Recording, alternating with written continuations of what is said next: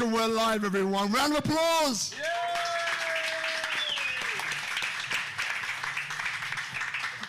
So welcome here, 6:30 every Monday at Tropical Nomad. And tonight we have an incredible panel. It's called Decrypting Silicon Bali. So Decrypting Silicon Bali. So if you're in Bali, if you're in the blockchain industry or you want to be, or if you've heard of Web3 but wonder what the hell it is, you've come to the right episode. And as you could hear from the beginning, we have a wonderful studio audience. Round of applause again, studio audience. Oh, it's good. Tonight's going to be fire. So you can come here live to Tropical Nomad. It's free, and we ensure you get a seat if you're here early enough. Come at 6 o'clock. And look, my name is Robert Ian Bonnick, tourism architect. We're up to, I think this is episode 287 from memory. So we're almost touching the 300. It's number one in Indonesia for entrepreneurs and social impact. So, without further ado, now tonight's going to be a little bit longer, just to warn you. Usually it's about an hour, but we've got a lot of great people here with a lot of great things to say. So we're going to be here for a bit longer than an hour. Remember, here at Tropical Nomad, you have food and beverage, all the rest of that good stuff that will be served throughout.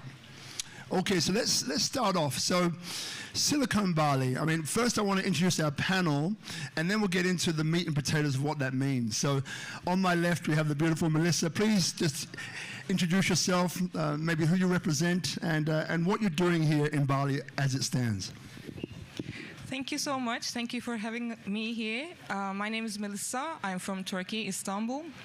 I've been organizing crypto and blockchain events the last 2 years in Bali. Now the community called S21, I'm one of the 3 co-founders, is the largest crypto blockchain community in Bali. We've been organizing bi-weekly networking and educational events, basically seminars with the founders of different local and global projects. I'm also a crypto professional, trying to come up with better business models applied to blockchain, basically. Wonderful, thank you. Now next we have... Hi, I'm Adrian. Grew up in Singapore and Australia. Been in Bali about 9 years now with a wife and 4 kids. We love nature, we love surfing. My career includes engineering, software, artificial intelligence, and yeah, in the community, I just like to get people together to get stuff done. I helped set up the waste management facility in Prairinan called Merah Putih Hijau. It's still going strong. And I was part of the committee that fixed the Canggu shortcut. So those of you that got here safely, you're welcome. I love that. Okay, hi everyone, a pleasure to be here. My name is Anti. I'm from Surabaya, that's from another island other than Bali and Java. I'm representing Toko Crypto, which is currently the biggest exchange of crypto in Indonesia. But more specifically, I'm more responsible for our crypto hub in Canggu, which is, it's actually the first crypto hub in Southeast Asia. So yeah, I've been organizing events my whole life actually, but I just got into crypto when I joined Toko Crypto in earlier this year. So yeah, so far we've been organizing more than 50 crypto events with all of these beautiful people also. Like, thank you so much for your participation in the event so far. So yeah, excited to be here and share about what is it, Silicon Valley. Thank Wonderful. you. Thank you. So Oki next. Hello everyone, my name is Oki. Rob, thank you for having me over here. I'm partner at Bali Investment Club. It's a small impact investment company here in Bali. We formed the company about 2 years ago in 2020 in July, I think. I'm also a founder of an NFT company called Purpose. It's an impact NFT, no, sorry. It's an NFT charity company. That's the one liner. We've been practicing that line, by the way, just so you know. And that was so smooth, wasn't it, the way it was delivered? Yeah. All right, thank you. Love you, Oki. I got one. Hi, everybody. A lot of energy tonight, right? Thank you for having me here. My name is Emilio. I'm Italian, as you can guess, by my accent. Hold on a second. Who here thought he was anything but Italian? Raise your hand.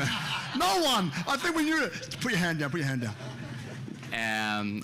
Why I'm here because I work for one of the biggest blockchain in the space. Actually, our coin, many of you might know it, It's ICP. It's currently the coin number 30 in the market, so pretty big shot.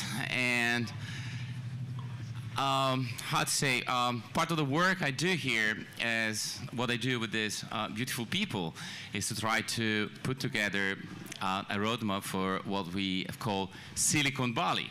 That's why we're here tonight. And let's hope that we can collect feedback and suggestions for you guys, because it's actually something we want to do for you, not for us. All right, can't say it. All right, so that's our panel. Now, I just want to get a sense of who's in the room, right? So who here knows what cryptocurrency or blockchain, who is aware of what it is? Raise your hands, raise your hands. Okay, who here, keep your hands up if you're aware of what Web3 is. Keep your hands up. Wonderful. Who here does not know what Web3 is or blockchain or anything about that? Cool, we got a few. That's okay. Look, it's all good, yeah? We're just fine-tune what's about to happen. Okay, so one of the things which I've recognized, which I've noticed in this whole space is that pretty much each event which I've gone to is very tech-heavy, which is not a problem if you know what the space is and you know what the tech is. But one thing which I think we can all agree is that if we're going to be mass adopting, if people are going to be using this technology in large numbers outside of the silos that we orientate around at this point in time, we need people on the street, everyday people, to know and to understand and to be comfortable to use this technology. So the next question really is, because these guys are extremely good at what they do. Most of you know them. Those of you who don't, you probably will through this time we're going to spend together. But my first question is, as a way to kind of help to bridge the fact that these are human beings and they do incredible things, but what makes them them? So the question is, and we'll start with this beautiful male to my left, is, why do you do what you do? What brought you into the space in the first place as a more personal story? So we'll start with you, Melissa. Well, it saved my life a couple of times. Coming from a country that is super problematic, Turkey. Hold on a second. Can everybody hear her? No. So we need to turn up the volume, please, when it comes to Melissa. Thank you. Coming from a country where it's kind of mess in terms of governance, the distribution of wealth and everything, politics, it was kind of super hard to be effective the way you're living your daily life, basically, and because there was so much big gap between each and every individuals. And I think what was really important for me when I was in the university or when I was working, it was basically to find a way to make it meaningful, whatever it is I was doing, like business, like daily life, or anything. So crypto has the biggest potential to create the biggest value for as many as possible, and that kind of made all my daily activities, business, charity, that and this, actually it made it effective. And personally, when I came here, I was at the edge of shutting down my UK company, and a lot of COVID and all that. And I started organizing the first event basically when it was saving my life, like my cryptos generally. So I think crypto generally makes people to understand owning things without needing anyone else, and that's really important, because the history of civilization is the history of the dispossessed and their labor and their effort, and it's really important to understand the actual issues of the world and to understand what crypto brought into our lives, basically. So it's a way to make people to own things, basically. Thank you very much, appreciate it. Brother Adrian, over to you. Right. So I'll answer the question in the context of, why crypto and Web3. I think for me, it's not really about the technology. It's what the technology or what the movement represents, which is about equal opportunity, equal access to wealth if you choose to, generate wealth. I think those who know about Bitcoin, that rose like a phoenix out of the ashes of the financial crisis, and the promise there was about transparency, democratizing economic value. So for me, and I'm not an expert, I'm still learning, and I learn by doing, and I learn by teaching. And there's so much promise in this space, so much that we still don't know, and that will be actually created by the next generation. And I guess the other way to answer the question is why Bali, why Silicon Valley? That will come later. Right, sweet. I guess in a nutshell, as I said, it's not just about technology. It's about a philosophical change in your mindset. It's a sociological, paradigm shift. It's about democratizing, access to value and wealth outside of big corporations, political decisions that are not centralized but are transparent, that everyone can actually participate in.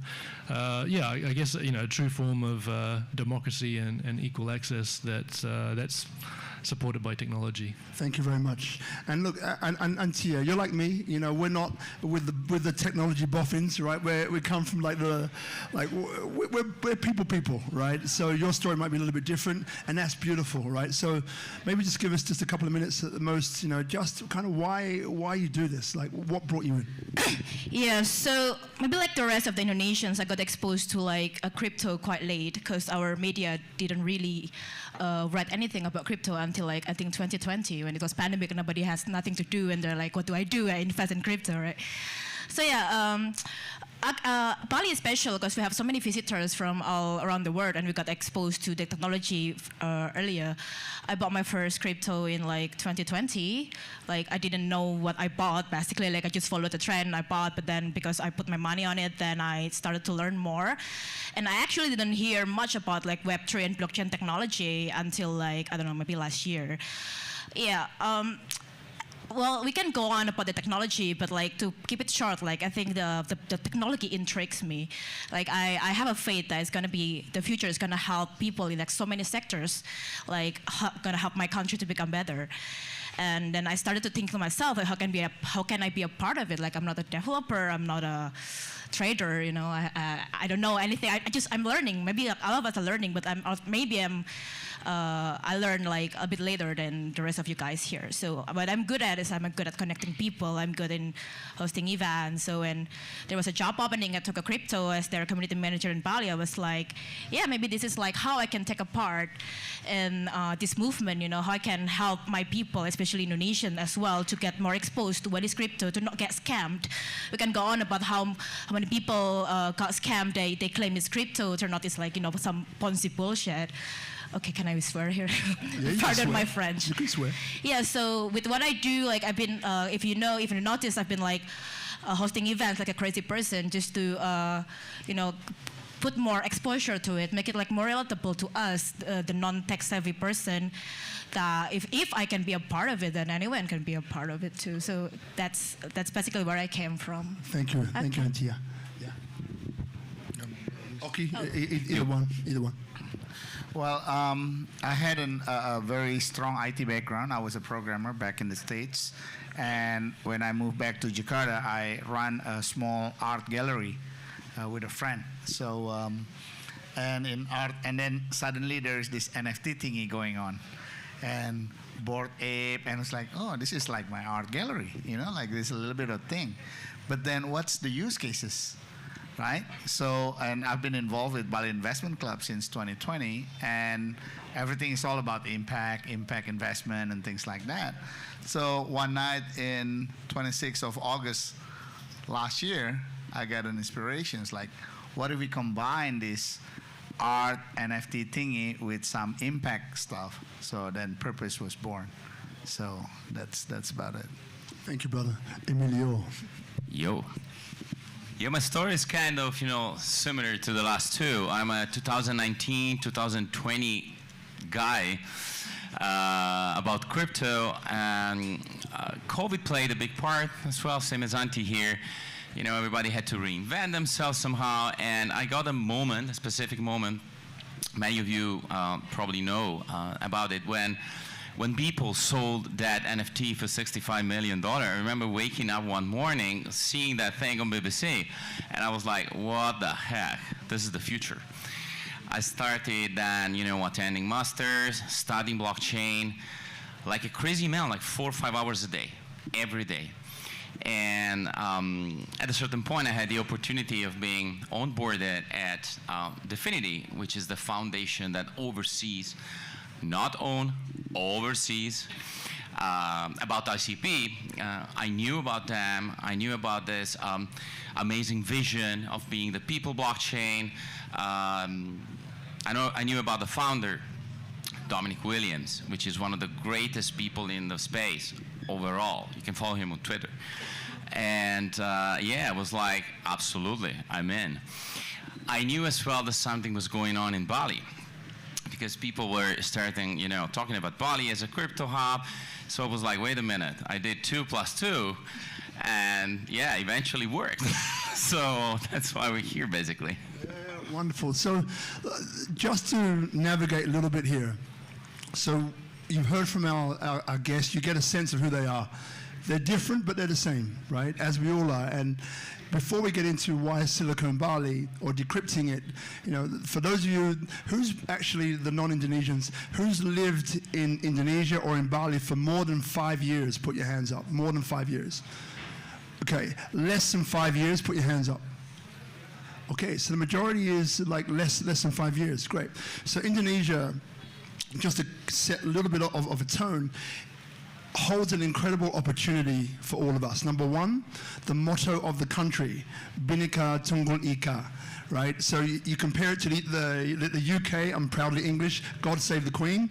It's a great one, but unity in diversity, I think, is more future focused. Let's put it like that, right? I'm being very kind here.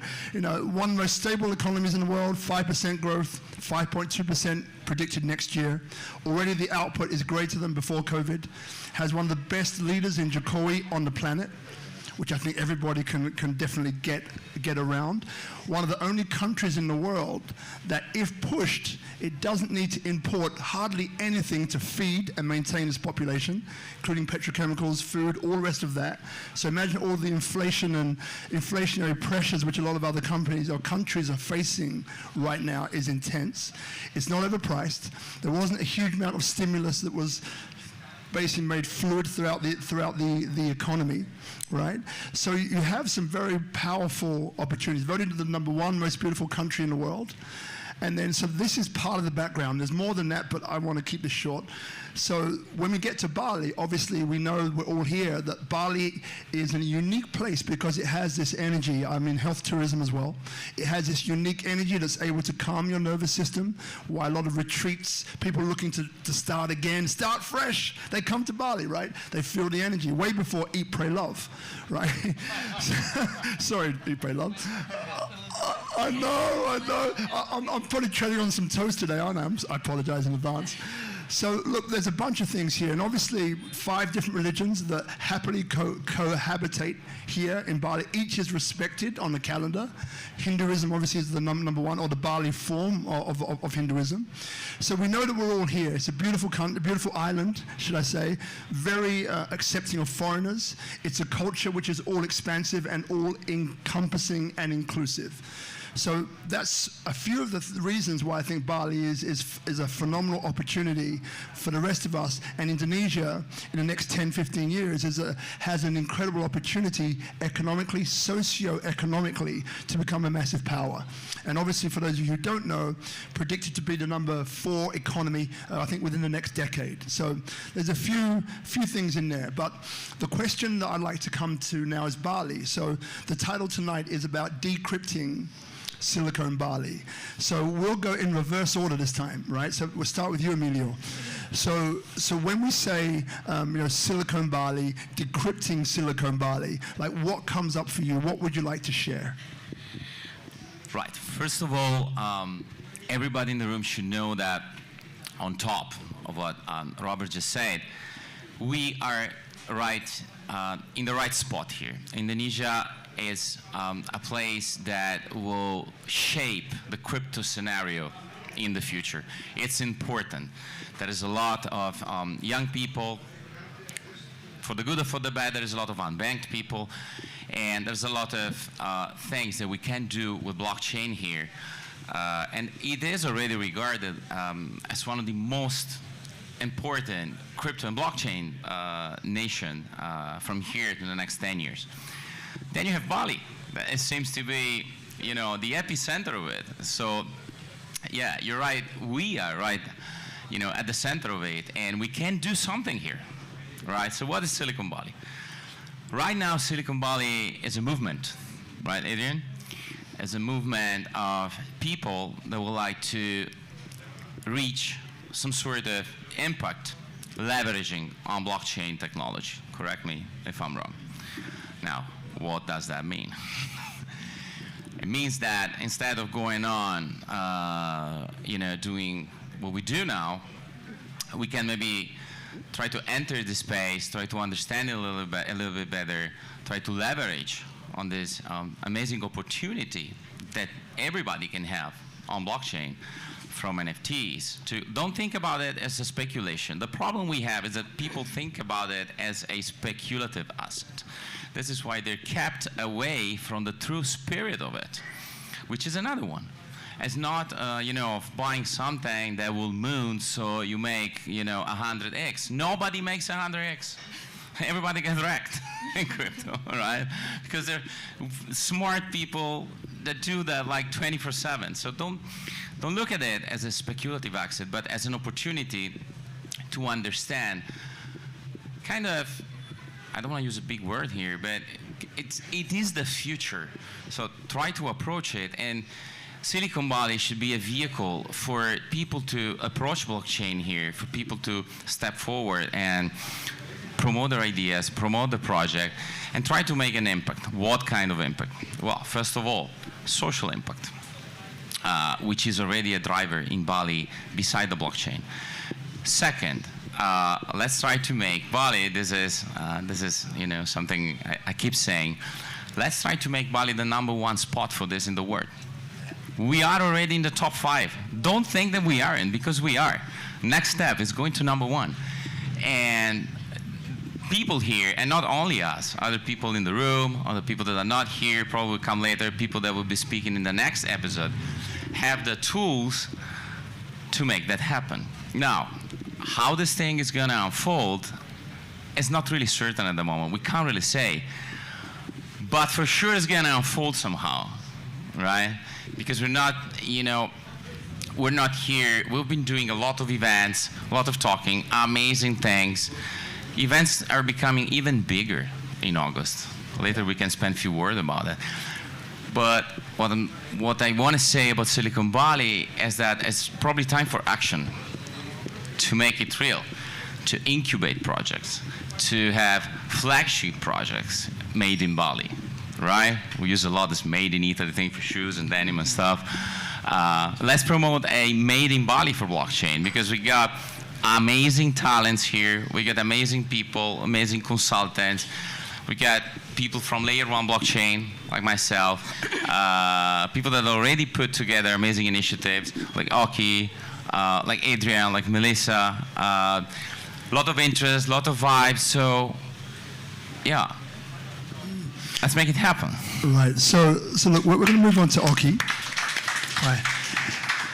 Now, what I want to happen tonight is, as you mentioned before, like we can talk forever. Like especially Emilio, he doesn't need to take a breath, much like myself. So I'm not going hard at Emilio, but we want this to be very interactive, right? So, at any point in time, which is a step away from what we usually do on Speak Up Monday, but if at any point in time you have a question, we won't probably get to all of the questions, but the idea is to answer questions as we go. And then what we'll do at the end is that, when we switch off the camera, there'll be an opportunity for you to ask, I guess, maybe more personal questions if you have them, and a chance to connect with the panel on a personal level. So what we'll do after you, Oki, is that we'll give that microphone to Ayu, and we'll just share these two.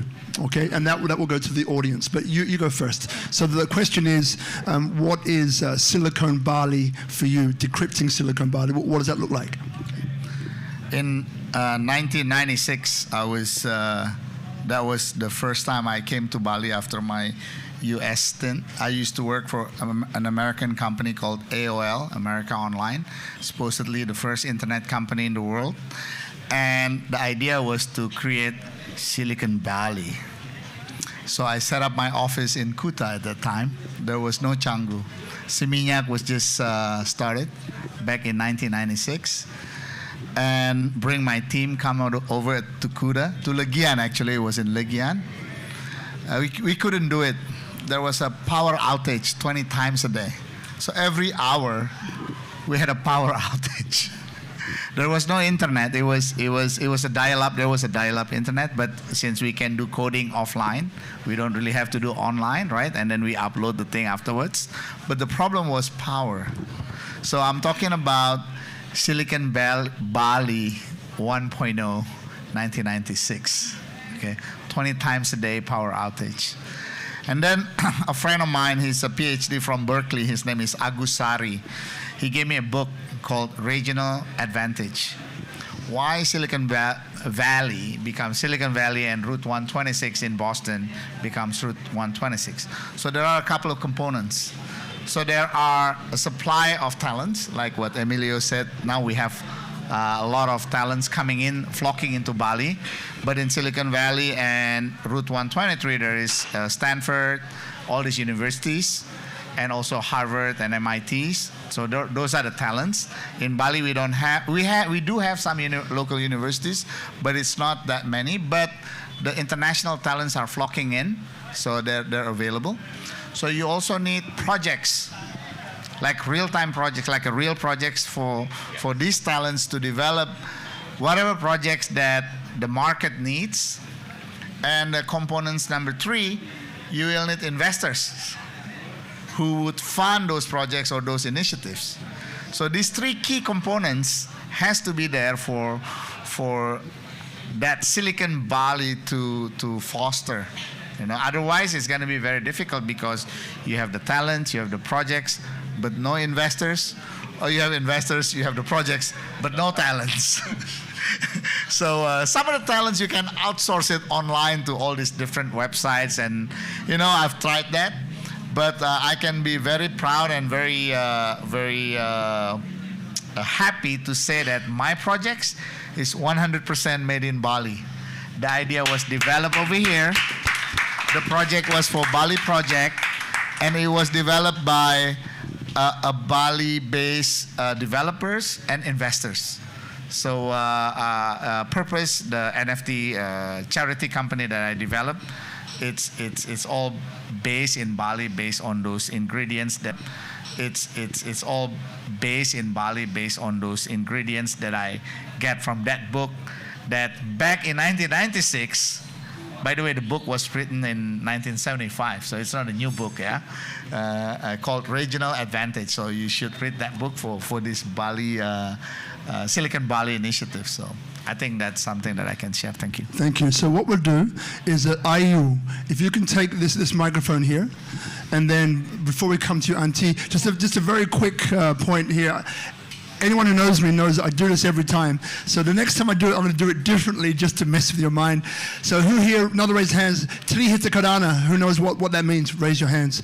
Tri Hita Karana. Okay, who doesn't know what Tri Hita Karana means? Raise your hand. Wonderful, great. So we're in Bali. So Oki mentioned Bali. Bali Investment Club doing some great things for Bali. Tri Hita Karana, I'll do the best I can to explain it, is a Balinese tradition. So it's a Balinese tradition, a way to find well-being, a way to find happiness, a way to find prosperity.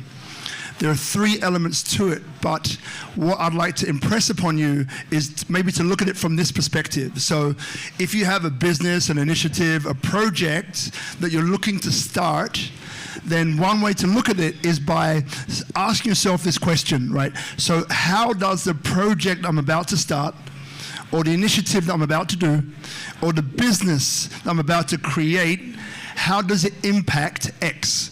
So X is this tree hitakarana. So the top of it, let's say X means human to God. So how does the initiative, the business, the project I'm about to do, how does it impact customs, culture, tradition? We're in a very, very spiritual country, everyone, even island, I keep saying country. So that's number one. As we slide down over here to this part of the triangle, then how does my project, initiative, or business, how does it impact human to the environment? So how does it impact sustainability? How does it impact regenerative systems and policies and practices which look after that element of it? And the third and final part of this triangle is how does it impact human to human? In other words, prosperity. So how does this thing create or generate income or generate wealth? Because it has to make money, right? Because a donor-led model is a tough model to sustain for the long period of time, right? Because you're always waiting and reliant upon somebody putting their hand in their pocket and giving you money. Right? So this triangle, remember, at the top, Tri Hita Karana. So at the top, human to God, customs, culture, traditions. Over here, we've got human to the environment, sustainability, regenerative. Over here, then we have prosperity, human to human. So this triangle is a bit like a conscious business, is a good way of looking at it from a business standpoint, right? Or traditionally, you know, the way to prosperity, the way to happiness. And so this is something which what I do as a consultant advisor in every project that I get involved with, I make sure that it aligns on all three. And by doing so, we go, the whole point about what we're talking about at this point today is about, you know, how do we create fairness, equity, equality? How do we do that? This is a way to do that. So any business, or anything you're looking to start, think it from that perspective, and what you'll arrive at is not I win, you lose, or we win, you lose, or you get a quadruple win, as Guido calls it. I'm not sure if he's here tonight. That means I win, you win, they win, we win.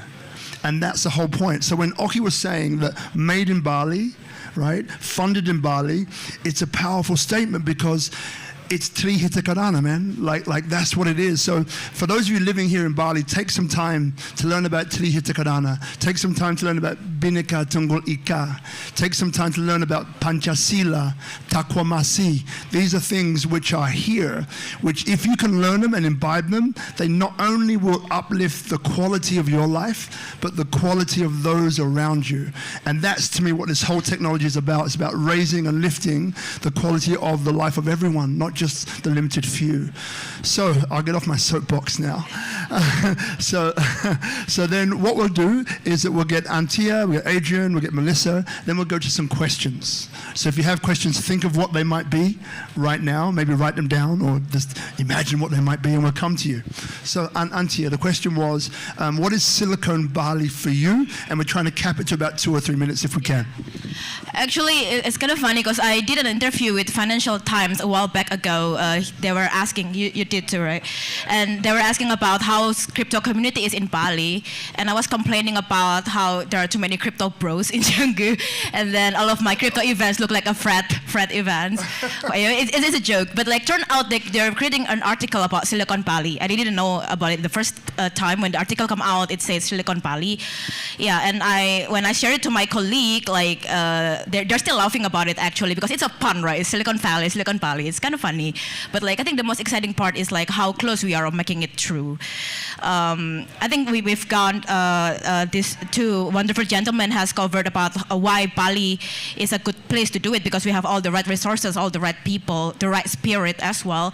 Some fun facts is like Emilio and I did an event at T-Hub, and then it's a project pitch event, right? And in 4 weeks, there are more than 20 projects, 25 projects based in Bali, all based in Web3 and blockchain. Pitching that those are those that we see, like there's so many in progress, so many in the making, still an idea waiting for investor, waiting for people to support, waiting for community to support them. So yeah, I think, and also I'm aware that now it's a very heavy on the foreigners at the moment, but I believe that slowly but sure, like the impact will go through the locals as well. Like the spirit that we have, we want to make it like as open and as inclusive as possible. So, of course, now we have like language barrier, for instance. Those are the challenges that we need to tackle. But slowly but sure, we're moving toward that direction where Bali can be a hub, an inclusive hub. Just to add, like. We often complain, like for example, like the adaptation of crypto in Indonesia is a bit slow, of course, from the bureaucracy perspective, government perspective. But like people like Adrian show that if you don't like how government is doing thing, like you tell them what to do. I mean, you show them. No. I mean, you show them like. You heard it here, folks. Tell them what to do. I never said that. She said yeah, but it's sometimes. Yeah. Sometimes we're just confused, right? So if you, it's like we can, this collaboration spirit, we can also bring the people that we didn't expect will help us. And then hopefully it's not only in Bali, but it's gonna, because Indonesia is a big country, like what you said. Yeah, so I hope that the spirit can, can not only starting in Bali, but then spread to all countries, all Asia, to the world. Love that, And I mean, look, round of applause. We were supposed to have Michael from Republic Rupiah tonight, and he told us about a company in Jakarta, an all-Indonesian company, which are blowing up the game like you wouldn't believe. And so I think, and this won't be the first or the last one. It is a first. So once a month we're gonna do this, okay? And we'll invite a different panel each time. But Michael will be here for the next one, and he'll go into detail about some of these companies, and they're doing phenomenal things. Because again, Indonesia, what I didn't mention before, is a very rich country. It's a wealthy country, but I think more than 270 million people, 17,000 islands, and something like over 90% of the working population is employed in small to medium-sized enterprises. So that the entrepreneurial mindset is deeply ingrained in Indonesia. And the skilled labor is phenomenal, and it's not even at full employment yet. So there's this gap to go, so the growth is assured. So, Adrian, over to you, brother. Right. I look at it philosophically, but before I go in there, so a bit of trivia. So I'm sure most people know, but for those who don't, Silicon Valley, the word silicon comes from the silicon that's required to create the chips that go into computers. So that bit is about technology. When I started using the term Silicon Bali, I spoke to Emilio, and he heard it the first time. He latched onto it. Emilio stole it. Did you hear that? Emilio stole it? No. It's decentralized. It's a decentralized term. And I pushed it to Financial Times. To anti-nation. This is how it's working, the whole thing. Decentralized. This is how we're decrypting that thing. Sorry to interrupt. I love it. Adrian, Auntie, Emilio, Financial Times. See how it works? Okay, sorry, Adrian, back to you.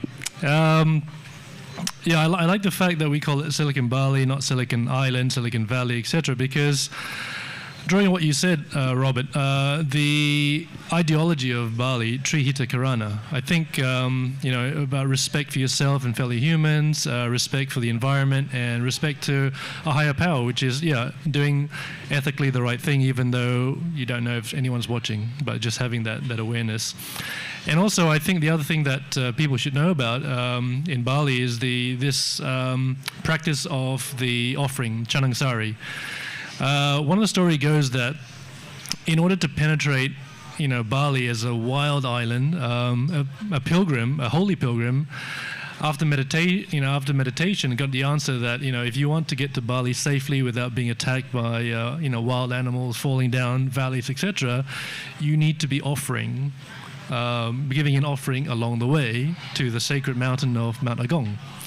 So for me, Silicon Bali is the combination of technology and impact, contribution, entrepreneurship, contribution, migration. And I think that's, because I don't want us to be in an echo chamber where we think, oh, because we live in Bali, this is the best part of the world. Yeah, we love it here.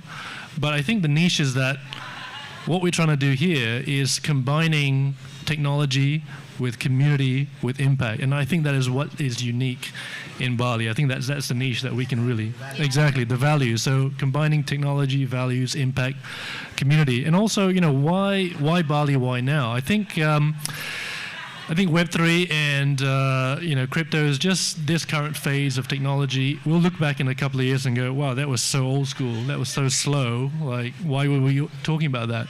But I think the nice thing about this current phase of technology, it's decentralized, it's online, it's on the cloud. I just hired 4 Balinese blockchain developers. They learnt blockchain after graduating university, and they could do their work completely based out of Bali. 3 are from Bali and 1 from Jakarta. So anyone can get into it. So I think it's really exciting for me, Silicon Bali, everyone get into it, and it's combining, as I said, technology with the values that we really want to promote in Bali. Wonderful, man. Wonderful. So now, just a round of applause again. Man. So after Melissa, we're going to go to questions, all right? So we've got a third mic that's roving around there somewhere. So just remember, you have a question, you might be in 3 places. One might be, I couldn't possibly ask that, it's too dumb. No, it's not. Number 2 is, hey, I got a question, but I'm not sure if I should ask it here. Ask it. And the third one might be, I have a question, I want to ask it. Put your hand up, ask your question.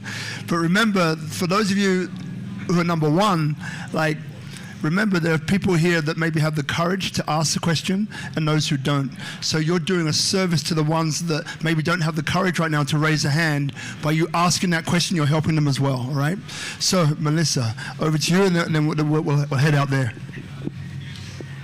Well, I think previous replies were... Give me 1 second, my darling. So if we can turn the volume up for Melissa, please, Guzman, so the guys can hear her. I think the previous answers were pretty comprehensive, but so what I can say basically was a couple of things, and I'm going to try not to have an eye contact with Robert to do that, because he's going to be like, okay, no concept, no technical things, but I'm going to try to yes. All right, so look, as simple as possible. Just as a precursor, so the little chat that we had before, so I'm all about making things as simple as possible. So that, as I mentioned before, so that the person on the street who knows nothing about this can understand enough to get involved and to use it or to try it, right? So that's what I'm all about, which is why it's good having a panel. Melissa here is more about, look, I'm going to use these words, but maybe they'll be inspired to learn what the hell they mean, and then get inspired that way. So I believe that both are good strategies. So you just talk and speak from your heart, darling. Thank you so much. Also because I care about exposure.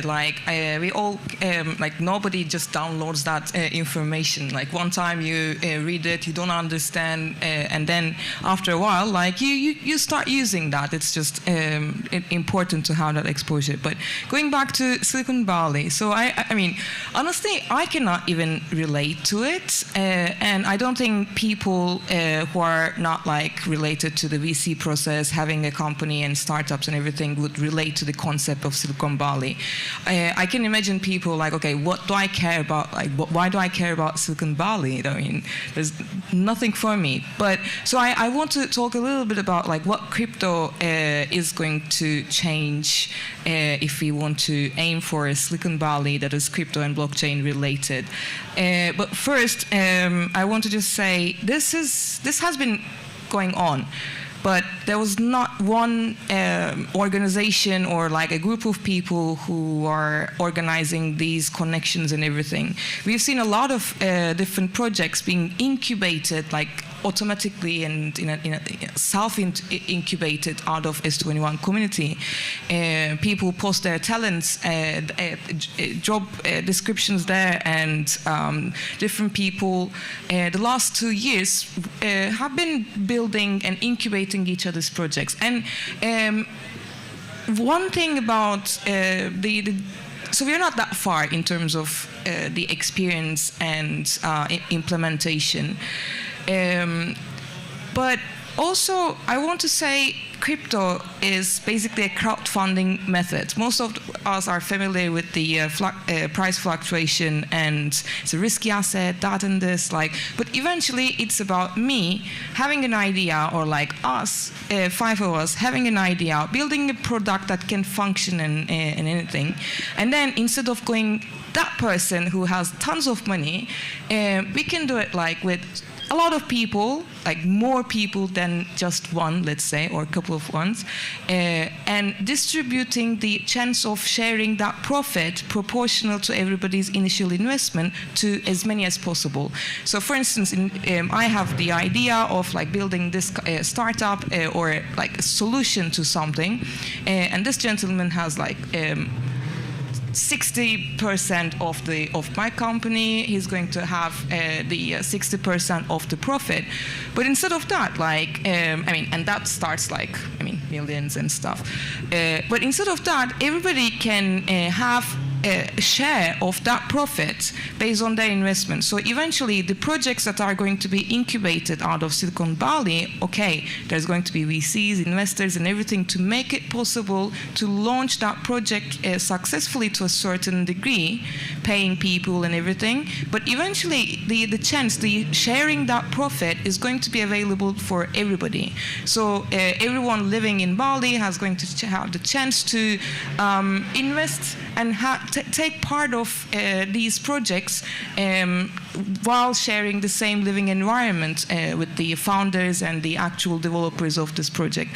One thing we should be a little bit careful about is that so while these activities and this kind of finding talents and building products kind of incubation activities were happening among the community S21, there were also so many stories that you don't want to even hear.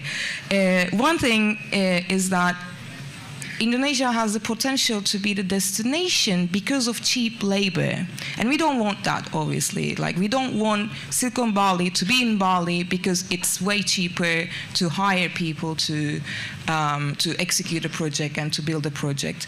We want them, everyone, to be paid fairly and around the world standards, and we want people to have their contracts. We want everyone to commit. So eventually, we need to use the potential of crypto and blockchain in a way that it solves people's problem, and we need to be innovative in that. Because you cannot still, nobody can still effectively use an invoicing system on blockchain, for instance. So most of the people, they don't have the company and they don't have the contracts, and people need work. And eventually, we send crypto. There's no trace of who's sending money to who. So there's a lot of things that's open for. I don't want to say it, but shady way of doing things. So we need to eventually find solution to that, and using the transparency, innovating in a way to solve actual problems. And just to remind, Bitcoin as the first implementation of distributed ledger blockchain. Sorry. It actually solves a real problem for people who cannot own anything because they don't have a bank account, because they don't have a passport. In many countries, women still cannot possess a land. They cannot buy land. And Bitcoin basically starts solving the similar, this kind of problem for people, especially for developers at that time. And then we're still using that technology to solve some people's problem. And most of the times, it's our problems too. So that's why it's important to incubate this idea, let's say, among the communities with everybody's input, and realizing there are problems problems, and noticing the problems obviously is the first like a key to actually solving it. So that's why I think we really care about this part of the interaction. Thank you, darling. Thank you very much indeed. Thank you. Okay, so question. So where's the microphone? Are you? Yeah, you have the microphone out there. So, oh, you got it. You got it already, Daniel. Yeah. Goodness. So fast. Man, give up the microphone. He was quick. Jeez. All right, Daniel, over to you, man. So before we start, so Melissa, S21, largest crypto community in Bali. Adrian, just call him a mastermind. He's involved with the unit DAO. Antia, just a queen when it comes to organizing events and all of that side within the crypto space. Oki, who has a lot of off-chain, meaning in the real world without crypto and all that stuff. Big experience here in Bali, amazing guy, but also has a NFT project. And we've got Emilio, who represents Definity, who, let's say, are kind of like the leaders in the space. He's going to like me for saying that, I know. He's going to like me for saying that, and I know he will agree. So when you ask a question, please address one person, not one question for all, otherwise we'll be here forever. So one question, address it to one person, and we go from there, okay? Thank you. Okay, so, excuse me, I guess this is for anybody who's willing to take the question on, and in your honor of being accessible and in honor of decrypting Silicon Bali, I'd like to know, maybe for the people who are less acquainted, what makes cryptocurrency special, right? You know, what is the blockchain? What is an NFT? What is a DAO? Why should we care? Why should the normal person care? And could we get kind of like a quick explanation of why we hear so often that it's the future? Did you see, Melissa? Because you use jargon. By the way, you did so well. You made yours so down to earth and relatable. I didn't even recognize you. Is that Melissa talking right now? So it was. What is the use case Emilio, for what makes it special? You want to get Adrian or Emilio or Rocky? Which one? Just take it, Adrian. You got it. That's why you pinpoint a person. Otherwise, these guys are going to be so kind about it. Whoever's brave enough. Yeah, who's brave enough? Who's brave enough? Go. All right. Well, where should we start? Blockchain. So a blockchain is a decentralized ledger. Do you guys know what I'm talking about? Explain it like you're explaining it to a 10-year-old. All right. So a ledger is a ledger. It doesn't need a further explanation. It's a registry of things. So the blockchain one doesn't work with the usual database where you used to log in here and there, because those are centralized. There is one entity holding, controlling, and storing all the data, and all these people around like logging in, logging out, logging in, logging out. Now, the blockchain works in a different way. Every node, are we okay with nodes, Rob? You might have heard about nodes. What do they do, these nodes? They keep record of the whole ledger. Every node knows everything. So that is kind of immutable, is extremely resistant to censorship, attack of various nature, and so forth. Now, how does it work? Let's say blockchain like SEP, they work on a method called proof of stake, right? It means that people, in a way or another, stake money in order to have a say in being controller of the ledger and in order to participate in the governance of the blockchain. Why? Because the blockchain doesn't have a central authority, or shouldn't have a central authority on top of it, right? But in a sort of what we call liquid democracy model of governance, all the people involved, and every blockchain has got different methods to organize this. They take part in governance, they make proposal, this proposal get votes, and this is how the whole thing evolves. Was that clear enough? All right, that was, by the way, stake invest. Yes, we got some. I like that. That was good. That was good. That was good. So one was blockchain, one was a DAO, one was what? Oh. NFT. So why don't we swap it around? Yeah, So NFT, I guess. Okay. Oki on NFT. Okay. Okay. NFT is a digital asset, I would say. It's that is stored in a distributed manner. So let's say it's a very common. I usually use this analogy. It's like a lot of NFT applications are in the art, right now, like all these different arts. So it's like a painting. You have a real painting. You can actually make copies of the painting, but you know the original is this one. The other ones are copies. So NFT is exactly like that, but this is in a digital format. The originals has what we call a digital fingerprints. So you can verify through a blockchain technology Digital twin. the digital prints of this particular digital asset. The rest are copies. You can copy paste the pictures 20,000 times, but the original stays because this original can only be verified through this digital prints through blockchain technology. So why should an everyday person care about that technology? Why shouldn't? Why should? Or Why should an everyday person care about that technology? Because this technology can be used, for example, I want to know whether the copy of your school certificate that you are graduating from MIT is real. So I can verify it in a real time by checking it through this blockchain technology that Daniel is actually an electrical engineer, graduated from MIT. You know, like without this blockchain technology, I cannot verify it in a real time or almost real time. So that's one of the applications.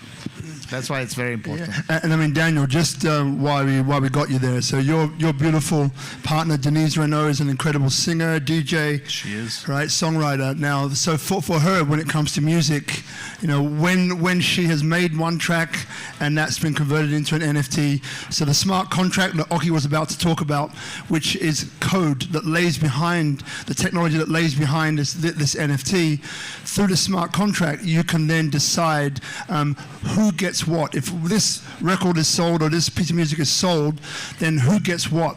So, for example, if it's $1 that's sold for, then automatically written in the code, you can say, well, out of this $1 sold, 20% is going to go back to Denise, the artist.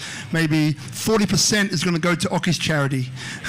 Maybe the other 40% is going to go to Tropical Nomad because we like Tropical Nomad, right? So whoever you want to get the funds, automatically this will happen for the life of that NFT, which I guess technically is forever.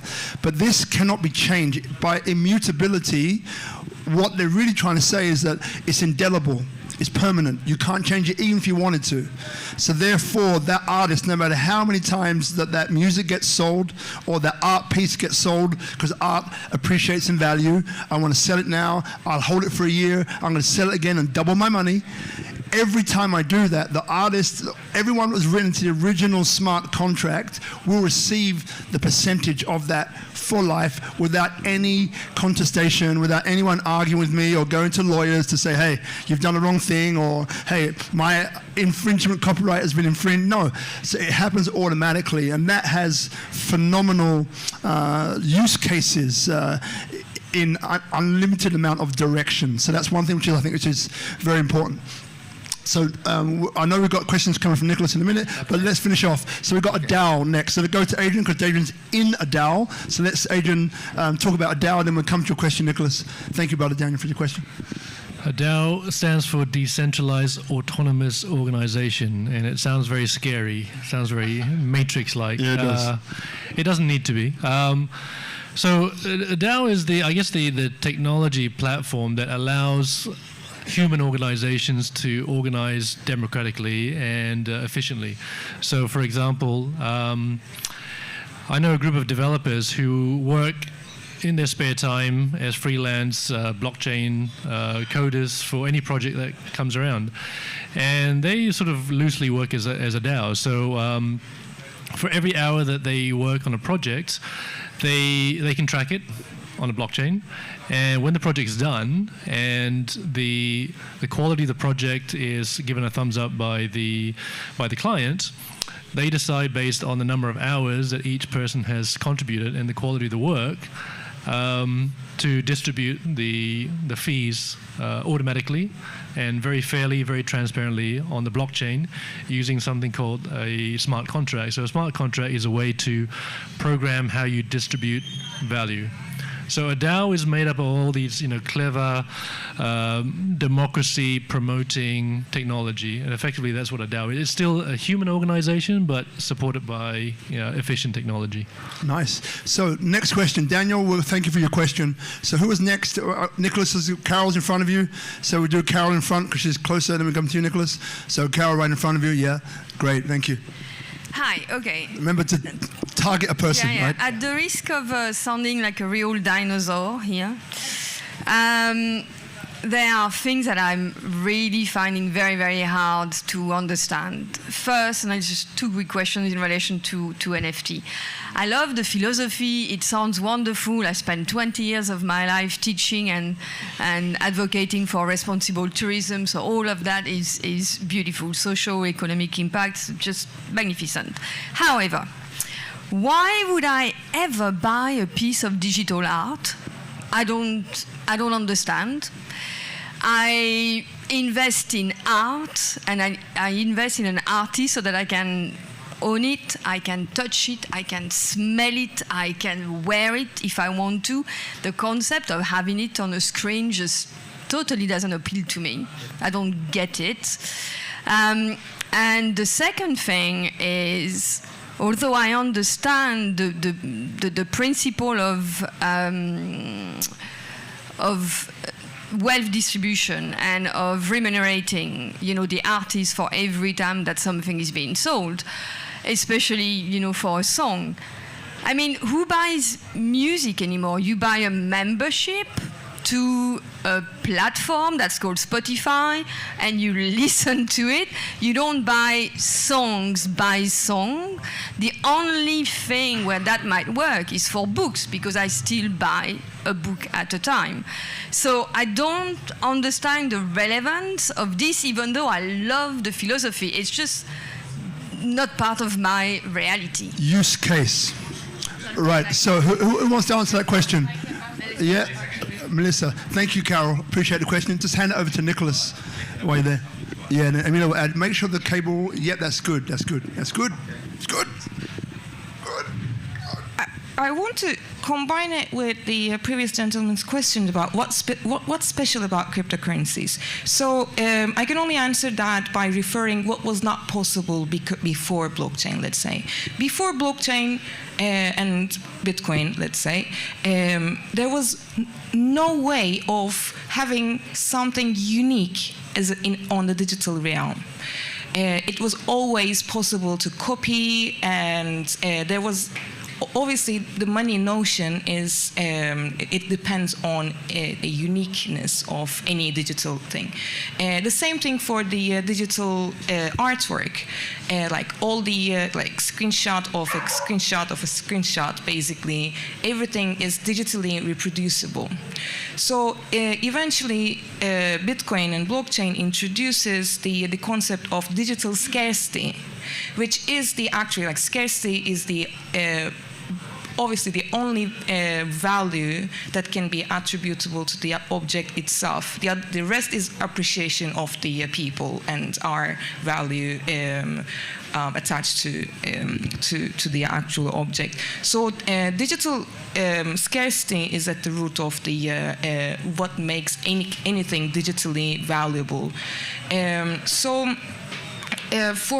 also double spending, it depends on the thing. How I make a transaction, it's a digital thing. How anyone can prove that I actually sent this thing digitally to you, and I don't have that anymore. Before, it was not possible.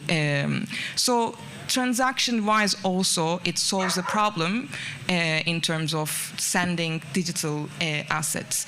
For NFTs, so smart contracts is basically, or DAOs, automatizing things. without any final decision maker. Let's say consensus also is one of the words for blockchain and block creation, let's say.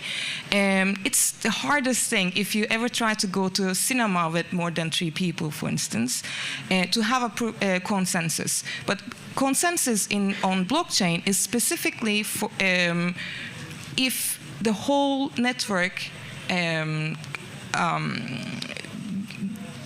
fulfills a certain predetermined condition, let's say. It's not up to us or anyone to have a final decision or anything. Once it gets to that state, the whole network, it's executed.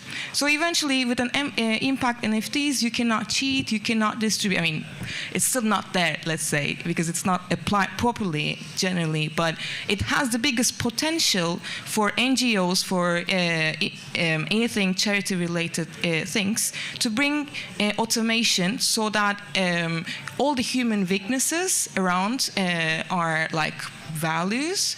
It's not on our way as an obstacle anymore. That's the actual value of, like, it's not about JPEG, it's not about like having, the rest of it is solely speculation.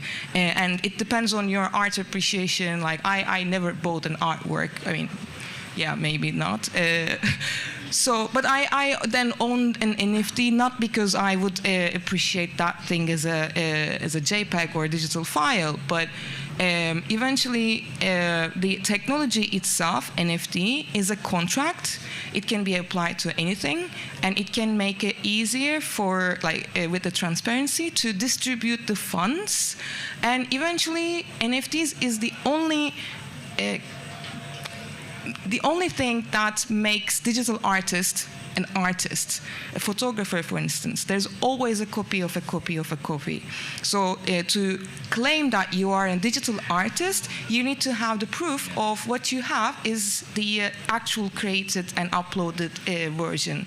Before NFTs, digital artists didn't have that status of an artist because they couldn't claim the uniqueness or the authorship of that digital asset on the art side. So that's basically.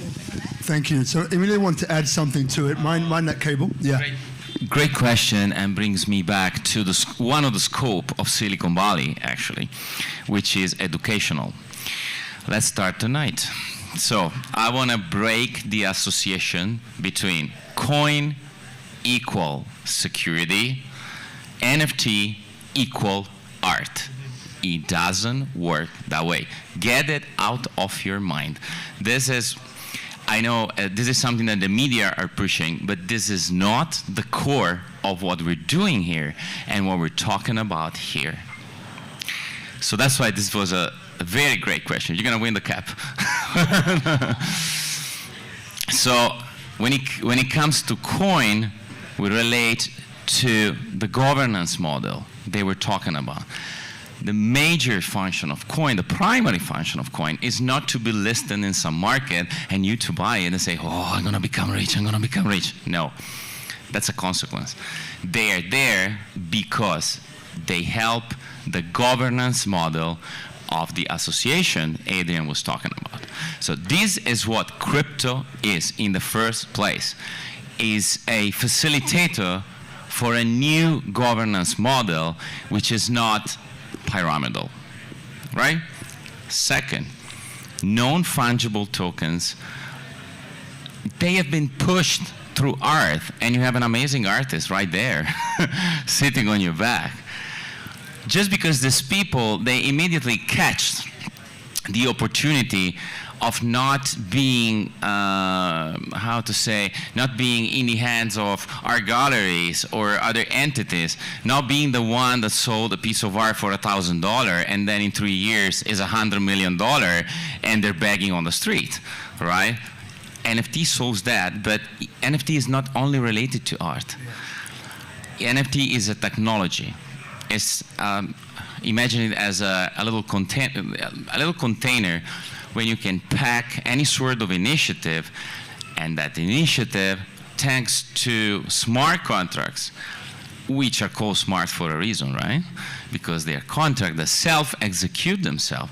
You can pack all those things into a token. It's still a token, but it's not fungible. means you don't exchange it like you exchange dollar and rupiah, right? You exchange it on a marketplace or whatever, or you do not exchange it. It doesn't matter. You pack your initiative or what you want to do into this thing, and this thing will self-execute without anybody having a further say in it. Hence the security, hence the transparency, hence the utility. And about your Spotify artists, the problem is that now on Spotify, you pay, plus you provide your data, plus these artists, they don't make money. Who makes money out of it? Spotify. This is what we call Web 2. An ensemble of walled garden. Is that clear? Walled garden are these gardens dominated by big tech, including Spotify, where nobody makes a penny, if not them. Now, what do we want to change with Web 3? We want to change it in a way where they do not make money, and the artists make money, and you are the owner of your data, and like you can eventually participate in a way that if you like an artist, you can participate in a true crowdfund for this artist, and you will have a sort of, this is a little borderline, people haven't figured it out yet, but you will have a sort of participation in the initiative, right? Preset with the rules of the DAO, the NFT, and stuff like that. So it's all about creator economy. Don't see it, really, I repeat it again, don't see coin means asset, NFT means piece of art, because it's just not like that. That's a brilliant explanation. Brilliant, brilliant. All right. So now, Emilio, by the way, I don't mean to contradict what you just said. I'm not contradicting, but the man with the microphone in his hand. Next week, we have Nicholas Levenstein, who is a hedge fund manager and also involved in this world of crypto. And next week's title is "How to Not Lose Money in Crypto." So for those of you who want to learn potentially how to not lose money in crypto, come next week and see Nicholas. Now, having said that, I want to say again, by the way, Simone, good to see you, my brother. This man, come over here. Just come. Mind your step, mind the lights. Now, we spoke before about Indonesian, extremely bright, smart, intelligent, handsome, and amazing. This is one of them, right? You know what? Put him right on the spot. Tell someone, these guys here, before I get to Nicholas's question, maybe like a minute or so, what you're doing and how you see the future, right, of Indonesia and obviously with us expats as well. Put him on the spot, but he's a great guy. All right. Hi, everyone. Like what Robert, he just explained, I'm Simone. Thank you. So it's my show now? Yep. Yeah, okay. Your show, man. Yeah, so I'm actually working in a company that comes from Hong Kong. It's a Web3 company, and what we're focusing right now is developing... Name the company, it's okay. Yeah, I know. Getting there. So it focuses on development, marketing, and launching different Web3-related projects, and it's called Rio Corp. This company is called Rio Corp. It comes from Hong Kong. So we have that, and we're planning right now. We're building this company with a very specific culture. It's a culture that promotes transparency and honesty from every single team member. We don't call ourselves employees. We call ourselves team members. It's also promoting the dynamic roles that everybody needs to have. So everybody takes care of something and something else to grow their skills.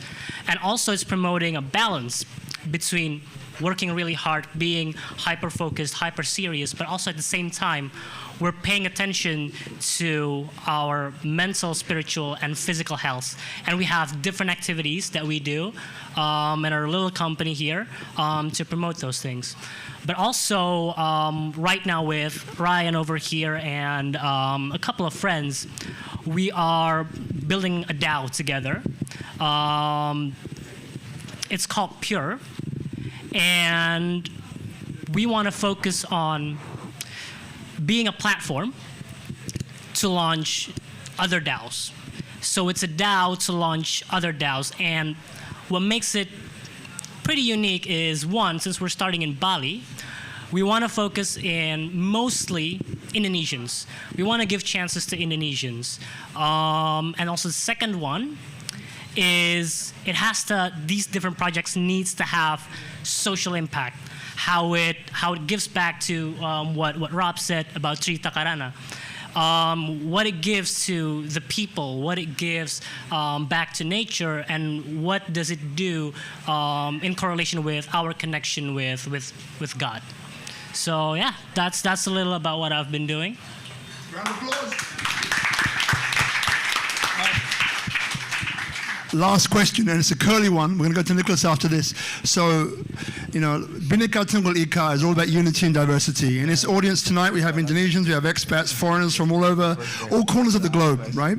So, what future would you like to see, and what challenges do you think need to be overcome to reach that future?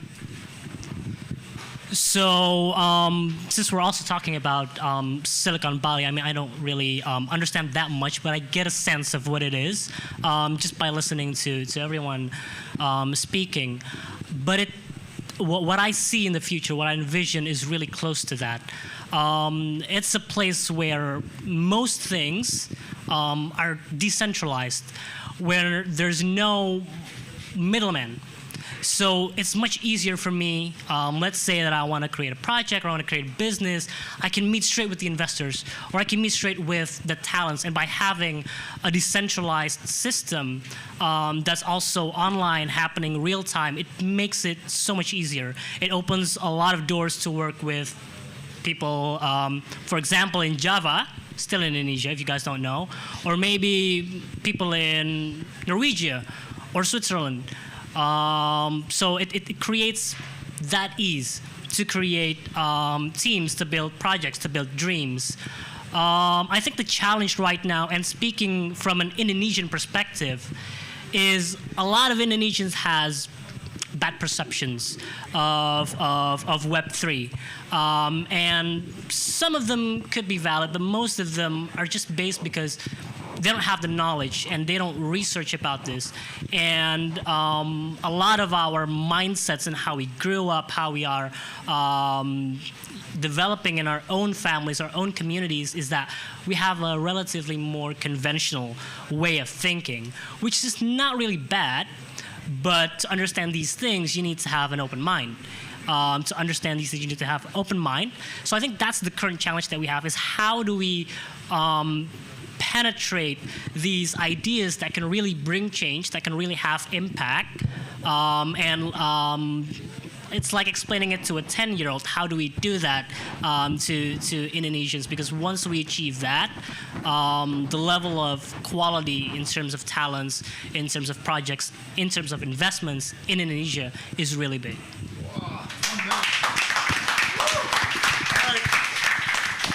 No practice. It just rolls off his tongue like it's nothing. My brother, thank you so much. Thank you. My man, you can go back and join the audience, my man. And then next week you're going to be hosting the show, man. God dang, my net light, good brother. All right, longest question. Sorry, Nicholas. Over to you, Ichi. If you could tell the guys watching on Instagram Live to tune into Facebook or something that is about to run out of juice. So, Nicholas, your question, brother, and to who? Sure. Well, first of all, thanks for the plug for next week. I just want to say it sounded a little materialistic. I will dutifully answer how not to lose money in crypto, but I hope it's an exchange of ideas about interesting things going on, like tonight. But also, so I was happy that everybody drilled down on the NFTs, because that's the one embarrassing gap in my knowledge. With meme coins like Bitcoin, totally get it, got it from the start. With DeFi, I had my aha moment where I saw stuff that could be done better, what it was replicating, my own idea for an app. With NFTs, I haven't had any emotional understanding except it's great to see my niece like sell her art on an auction. That's a really great experience. But maybe Oki, Yes. what was your aha moment with NFTs where you're like, wow, this is a really radical replacement of something that needed to be replaced, or you saw someone working with it doing something amazing other than art auctions, or just an idea you had for it? Well, it has something to do with my background, obviously. I'm always intrigued with new technologies, especially in the IT space, not really in other technologies like automotive or any other things, because I have an IT background. And I used to run an art gallery in Jakarta for 15 years. So that's also part of the equation. And I was involved in a lot of impact projects from Bali investment clubs. So one night I was like, okay, there's this smart contracting that is still going on, and there's all these artists that is always suffer because they can't sell their arts every day, but they have to eat every day. So I have that exposure to my artists back in Jakarta. They're knocking on my doors, like at nights, like, I haven't been able to sell my arts, but I need to feed my family. So as a gallery owner, then you sort of like bridge the thing, so then they can survive. So with this NFT, where the value that you create through the art for this artist can benefit them directly. So there is no middleman. There is these cases also between the galleries and artists where the art has been sold, but the artist hasn't get their money. So this is also another gap that is being solved through this type of art. While not a lot of people fancy digital arts, because a lot of people still prefer the art that you can touch, you can smell, or you can wear. But if you talk to these millennials, or my daughter is 13 years old, she's really into this, digital arts or what do you call it? The characters. The PFP. Yeah, the PFP and all this other stuff. Everything is in digital because they live in the digital world. I was reading newspaper last week. I was in Jakarta and I was reading I don't subscribe to newspaper here. So I read my news through my computer and my phones. But I was in Jakarta. I was in a cafe. It's like, oh my God, a newspaper. So I like browse through the newspaper and get all these feelings of reading newspaper. And my daughter never touched a newspaper since she was born, maybe. Right? So everything is on the iPad and things like that. So there's a different market for these things. And 2021, $40 billion of NFT being sold, obviously because crypto price is also going up and things like that. This year is like really down. But what I can tell you the story of the use cases of NFT that we have in our company called Purpose. We are sort of like a Tinder between artists and non-profit organizations with an NGO. So the artist would like to have to love the mission of the NGO, and the NGO has to like the artwork. So there's a match. Then we create the project, the NFT collections. So when people buy the NFT, the money will be split between the NGO, the artist, and the company. So that's sort of like the use cases that I have on my company. So that's great, brother. So look, what we're going to do, we've got about another 15 minutes of questions, and then we'll do a wrap up, because I know we can go on forever, and people are staying, right? But remember, this is part one. We have like this will be a 3-part. So we're doing once a month. The next one will be the 22nd, when we've got a great event on that day, or on that week actually, the next biggest event, which I'll get you to talk about. But Antia, if you pass the microphone there. Nicholas, who's got next question? Just put your hands up behind you, Nicholas, Omid, and then we'll come over to these guys. So Omid is behind you. Right. So what I love, because Antia, I know you're sitting there, we've heard a lot from Emilio, my Italian brother, Oki, of course, Adrian, and my sister Melissa over here. So the question for you that comes up is that, so you just heard from Simon, right, who is my brother. I thank Ryan from Pure over here who introduced him to me. We did a show together with Pure Network, and it was awesome. Rikal as well on that show, the first person, not the first, but one of the people who gave me goosepimples big time. She said, you know, Rob, when the rich scream, wealth whispers. Indonesia is a wealthy country, and it just, these goosepimples just came, right? So when you hear Simon speak, you're an Indonesian as well. We're sitting here as foreigners outside of Oki. Like, what comes up from you? Because I saw you nodding your head a couple of times as he was speaking. So communicate for us, like, what was going on inside your mind, and then what future would you like to see? Related to what Simon said? Yeah. Yeah, I think I'm very happy to have him here. I think more people need to hear more about what Simon and his team has been doing. Right over here, they're doing great stuff.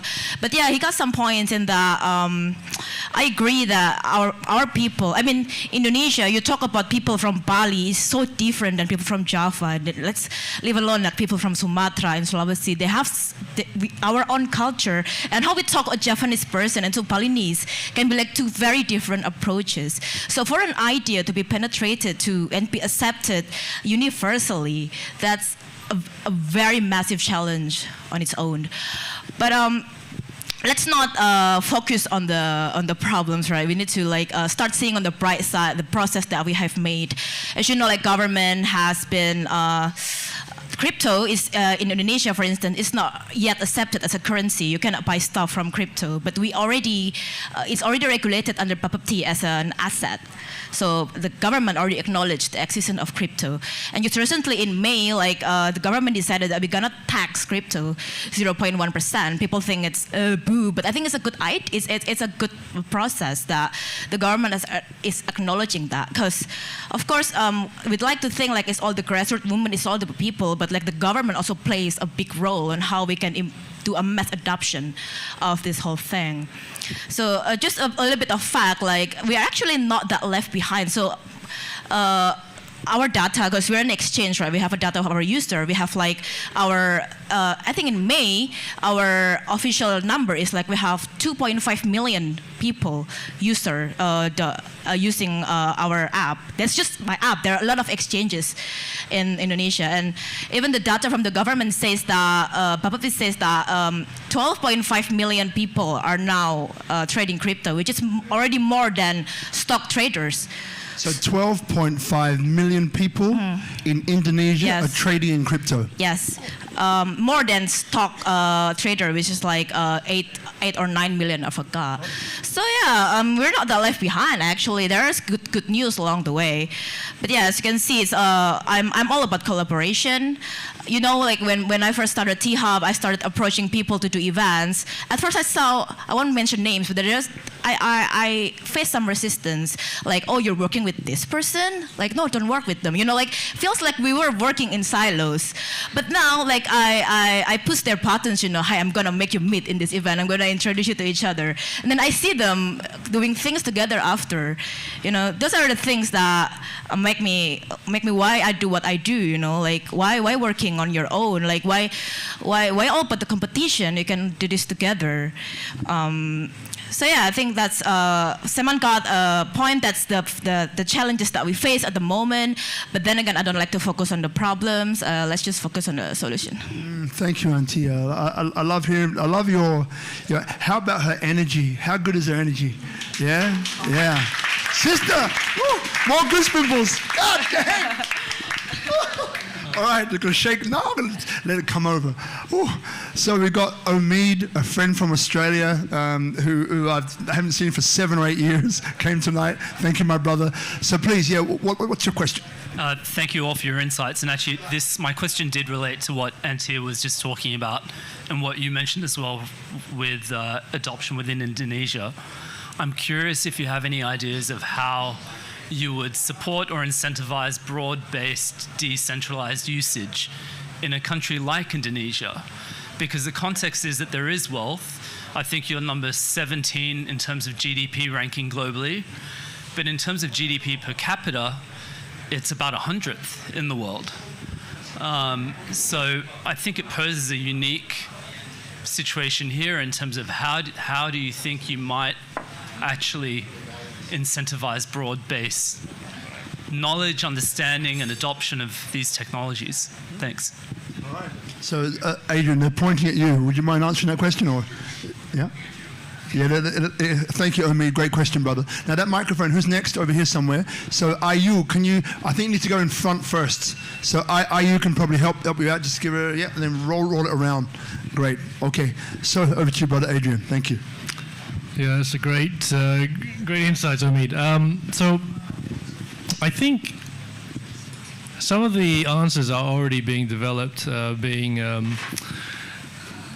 kicked off the ground by projects like Bali Co-op. So I use them as a real example to explain. So what they recognized was that we all eat food, right? We like fresh food from the farm, but farmers are an example of 100th or lower GDP per capita. Like, it doesn't make sense. So I think the opportunity of blockchain and decentralized technology is closing the gap between those who are actually adding value, extracting value in an ethical, environmentally friendly manner, and getting the produce onto the tables where people are happy to pay and reward those people out in the field, and not really cutting out the middleman, but ensuring that there is equality across the value chain, across the supply chain. So projects like that, and I think also I've been floating the idea of Web3 sandboxes, where we have an opportunity to create real-life examples of decentralized impact and technology, and showing that we don't have all the answers yet, but we'll figure it out. Because our intentions are good, and the intention is exactly that, to create more equality, close the gap between what the wealth opportunity is and what it currently is demonstrating. So I think it's a matter of time. I think there is enough talent. I think there is enough will. I think there is enough projects. And I'm not saying that we don't need more support and we don't need more attention, but I think it will be a matter of time, for that gap to be closed. Great question. Nicholas, you want to quickly just shout out? I just had a question on Web3, which I'm still sort of getting my arms around.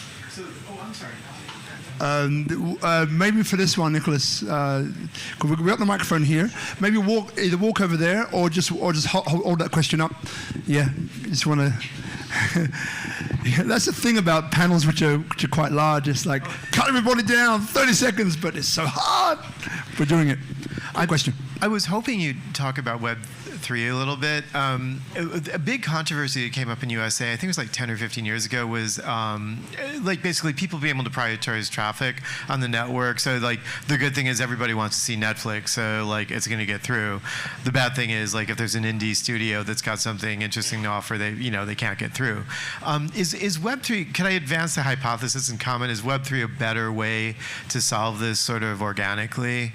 In terms of the traffic that gets through to the audience and the fidelity and quality with which it gets there? Before him, I think any tool, any technology isn't the solution, it's how you use it. But it does present the opportunity if used correctly. Yeah.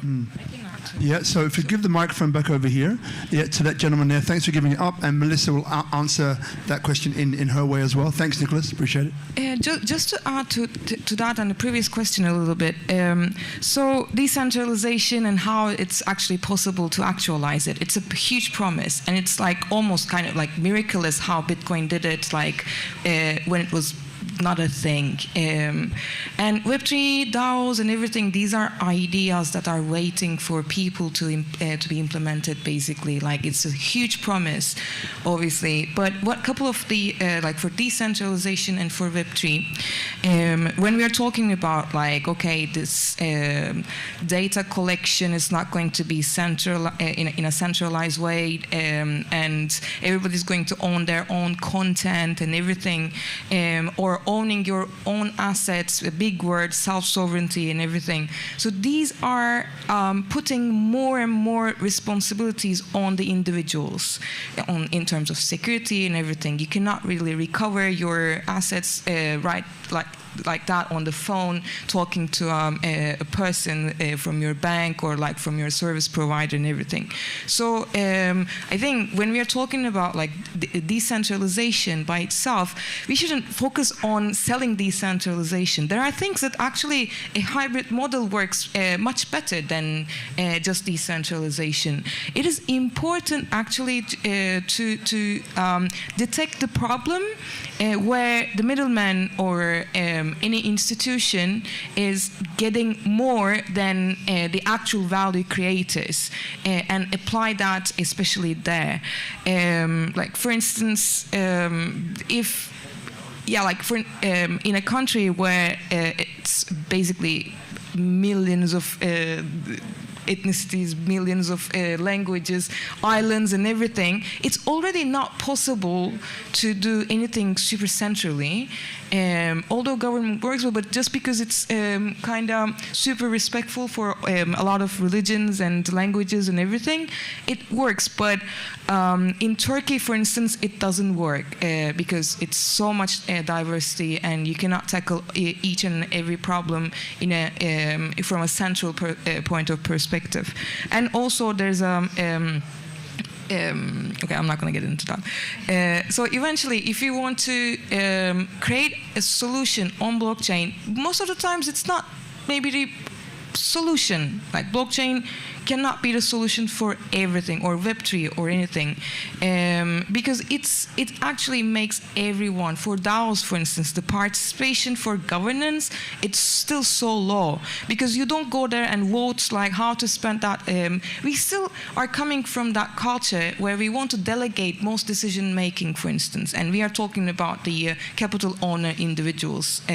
So it's really hard to actually make everybody self-sovereign and participating in the decisions and everything.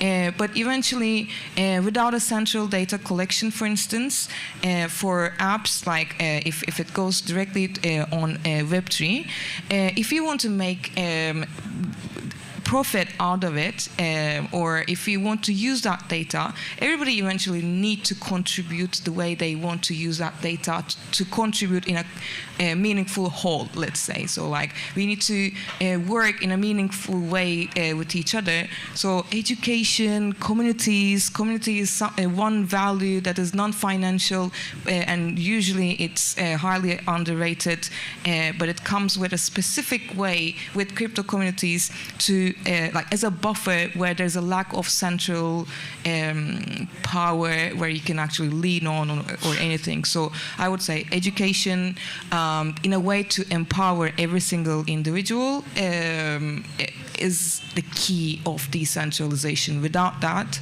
or the strong communities, it's not going to work, or it's not going to produce value financially, be it Web3, be it DAOs. Great one. Great one. Really happy with that answer. Thank you. So, question, we have a microphone first. Yeah, you've got hands up. Yeah. Hi, so my name is Cosmo, aka Mr. Blue, and I'm an NFT consultant. And before I ask my question, I'm going to try really quick to answer that lady's question, the very beautiful one, about like Spotify, because we got into something that's very specific, and the discussion tonight has been like very broad and like not really actionable. So the way that Spotify works is like, just very briefly.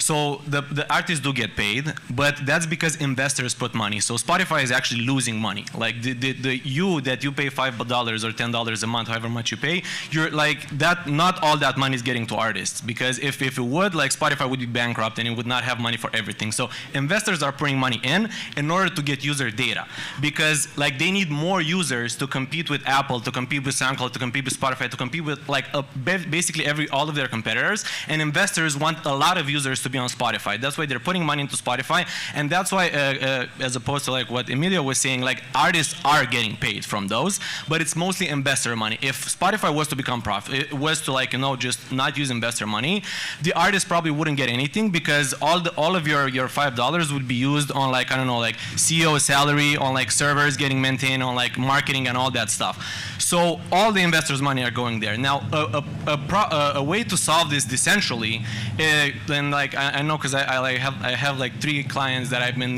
they all try to solve this differently. But in an ideal world, first of all, like we would use a bunch of decentralization. For example, like instead of using servers, like everybody can hold like the music on their computer. And this can be a very good revenue source for like people in Indonesia, for example, that have good internet, that have like, storage on their computer. And instead of using like servers all over the world, we would use like people's computers all over the world to store that music.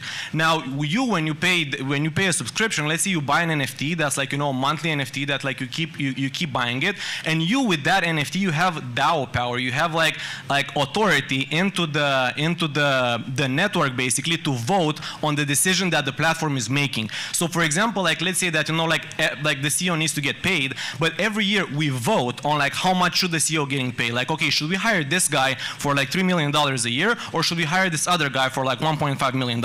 And when you buy that subscription, you have a say in that. Now obviously investors can have like, I don't know, 10% of the say or whatever based on how many NFTs they actually hold, but you actually have power in voting onto that thing. Now also the artists can see, because everything is on the blockchain, as everything is handled through contracts, you can track how much money the organization is making, and you can track how much spending is being done by like all the cogs of the machine basically. And based on the number of streams of the artist, like if you stream like 100,000 streams or whatever, you get like your cut of that, and it's very transparent. Like everything is just known, and it's like whoever can implement this first, and maybe we can do it here in Bali, because like that would actually be a cool like flagship project that if like Bali Silicon Bali would do it, like it would be something that would like actually change the world. Because I know there's like competition in India, for example, but the problem is it's not like who's going to do it first, it's like who's going to do it right, and who's going to do it into such an extent that it's going to be such a disruption. Because for example, like with artists, with singers, like they're already trying to go independent. There's a lot of singers trying to go independent, because when you sign a record deal with a label, that label is getting like a lot of money, and they have like a lot of things, like which was great before, because like you needed the label to use it for distribution, to use it for marketing, to put you on the radio, to put you on like CDs and everything. But like now, all these independent artists that are like, a lot of them are trying to go independent, they could start using this decentralized technology. And that's like it's not, excuse me, but it's not about you personally, it's about like all these kids that are coming, that this is the way that they're gonna like handle themselves from now. Like I know 16-year-olds that have made like millions of dollars from NFTs, and it's okay that you don't understand it, and it's okay that you're trying to sell art, but they're just like flipping it, and they're like they live with their parents, and they have like $8 million just because they bought that stuff because it was cool, and then like they don't understand it. It's just there, and it's something fun. It's like all play money, and it's very transparent. Like there's a lot of opportunity for technology, for blockchain, for Silicon Bali to like go big, because it's like we're trying to solve a problem, and we're looking at the solution that's there, and it's for like basically it's for the blockchain. Like it's a thing that's being built by this generation for the next generation. Like we're here, we're doing it. All right. So look, round of applause. Round of applause. It was like everybody up here had the same thought at the same time. It's like, we get them up here? Yeah, we get up here. No. Should we do it now? Yeah, do it now. We're not doing it. Why am I not doing it? Do it now. I don't know. Should we do it? We do it. Love it. So Laura, you want to add, but and then Rafi. Yeah. But just to pick up on one point, by the way, the Instagram live is no more Itchy and Guzman, just to let you know, but we leave it. It's okay. Two things. One is that I love your honesty, your passion, obviously, clearly, everyone here does, and the actionable thing. We're getting to that. So thank you very much indeed. So that was the next question to these guys, to leave with something actionable, because Emilio, I'm not going to spill the beans, because I don't know all of the beans, but is working on, if I can say, brother, an incubator, because for him as well, there's been so much talk There's been so many events where people say, I want to do this, I will do this. And my question always is, have you done it? Right? So what have you done? Have you taken the step, or you've just talked about it? And most of the time, it comes down to, I've just been talking about it, which is a necessary stage. Yeah. But now it's a stage of action, because, you know, if there's, like the project Oki's doing, right? It's raised 23 grand, whatever it's raised, right? 23,000, I think he told me. Sorry to pull you out there, but I will. But this is real world. Like, so does it work? If so, how does it work, and who does it benefit? Yeah. And then when we get those use cases on board, then we can talk about, you know, Silicon Bali. I get it. So I really appreciate your point. And the next question will be about the actionable items. So we will get to that. Yeah, so but you had something to answer, I think. Yeah, I had something to ask, because no, I just answered. But yeah, you're very right. And like my actual question is more towards like also this actionable thing, because Michael, I believe is your name. Rob. Rob. We have Melissa. We have Adrian. Auntie. It's just you, because nobody said your name, and like oh, so good. Everybody else's name. I know. It's like. I know. Who is that guy anyway? I don't know, man. What's he doing sitting there? I have no idea why he's sitting there, but anyway, it's okay. Yeah. So why you said Michael, right? Michael Jordan. Michael Jordan. You know what? I take that as a compliment. If there was a ring here, I would dunk if I could. No more hopping the legs. Come on, let's go.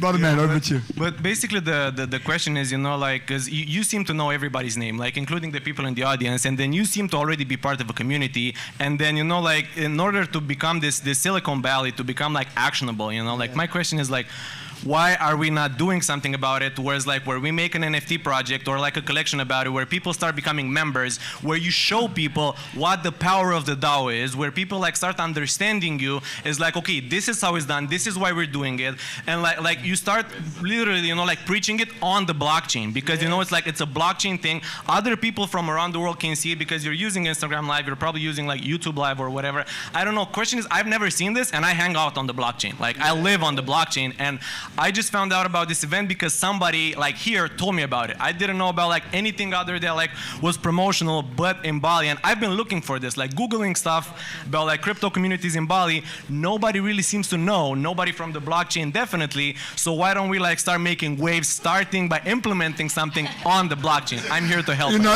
everybody, round of applause. I'm like, I feel good. I'm feeling the goosebumps. God dang, again. You know, like, again, like the irony is ridiculous. Like, that's why these guys are laughing, because we were talking about this. We've been talking about this for the last week or so, and then Emilio dropped, oh yeah, I'm doing this project. It's an incubator. Anyway, but I'll let him explain that if he wants to. But brother, you're spot on. And all I can say is there's a few people here that want to start to answer that question.